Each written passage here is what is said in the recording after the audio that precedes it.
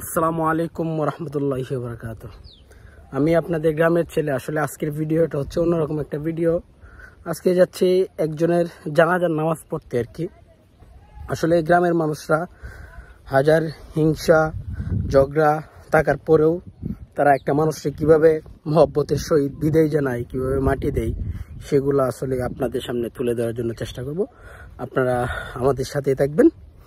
এবং আমাদের বাড়ি থেকে আপনার প্রায় 10 থেকে 12 কিলোমিটার দূরে একদম এই নান্দাইল থানা সদরে আর কি ওনার জানাজার নামাজ অনুষ্ঠিত হবে।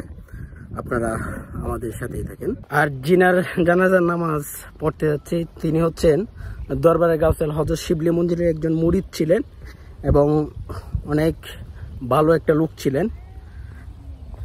ওনার নাম হচ্ছে আপনার আব্দুস সাত্তার বুইয়া রসুল।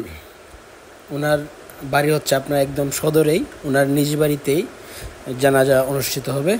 আমরা গাড়িতে উঠলাম, ওনার বাড়িতে রওনা হলাম যাওয়ার জন্য। আসলে ওনার বাড়িতে গিয়ে আমরা আসর নামাজ পড়ে তারপরেই জানাজা অনুষ্ঠিত হবে। আসলে ওনার বাড়ির কাছাকাছি চলে আসলাম আমরা। অল্প কিছুক্ষণের মধ্যে ওনার বাড়িতে চলে যাব। আসলে ওনারা জানাজার নামাজের জন্য প্রস্তুতি নিচ্ছেন। আমরা যারা জানাজার নামাজের নিয়ত আরবিতে পারি আরবিতে পড়ব, আর যারা বাংলাতে আরবি না পারি বাংলাতে বললেও চলবো। যারা আরবিতে নওয়াইতু আন উয়াদ্দিয়া লিল্লাহি তাআলা আরবা রাকাতি সলাতিল জানাজাতি ফারদিল কিফায়াতি ওয়াস সানাউ লিল্লাহি তাআলা ওয়াস সালাতু আলান নাবিয়্যি ওয়াদ দুআউ লিহাযাল মাইয়িতি ইকতাদাইতু বিহাযাল ঈমান মুতাওয়াজ্জিহান ইলা জিহাতিল কাবাতিশ শরীফাতি আল্লাহু আকবার। আর যারা আরবি না পারেন তাদের জন্য বাংলা এইভাবে বললেই চলবে। আমি 4 তাকবীরের সহিত ফরজে কিফায়া জানাজার নামাজ কিবলামুখী হয়ে ইমামের পিছনে দাঁড়িয়ে মরহুম ব্যক্তির দোয়ার উদ্দেশ্য আদায় করছি। আল্লাহু আকবার। এখন জানাজার নামাজ শেষ। জানাজার নামাজ শেষে মৃত ব্যক্তিকে নিয়ে যাচ্ছে কবরস্থানে রাখবে বলে। আসলে একটা মৃত ব্যক্তিকে আপনি যদি কাছে থেকে না দেখেন, কাপন যদি না পরান, যদি তাকে আপনি কাছে থেকে গোসল না দেন, আপনি যদি তার পাশে না থাকেন, তাহলে বুঝবেন না যে মৃত ব্যক্তি কতটা অসহায়।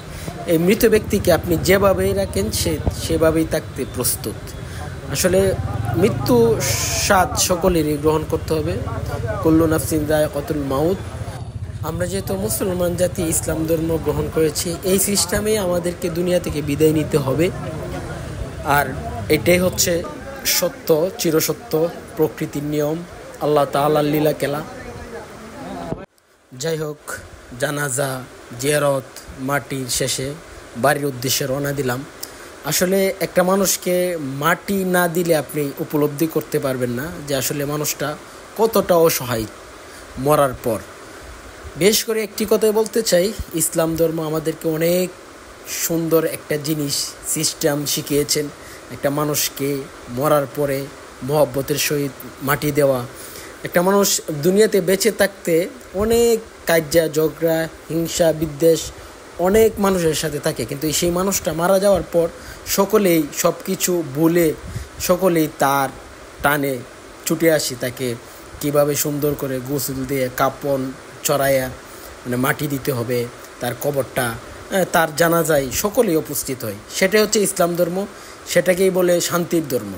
সবশেষে আমরা একটি কথাই বলবো যে আসলে নামাজ নেই পথে চলা, এসব আমাদের ইসলাম ধর্ম আমাদেরকে শিখিয়েছে। এসব ছাড়া আসলে আমাদের কবরে নিয়ে যাওয়ার মতো আসলে আর কিছু নাই।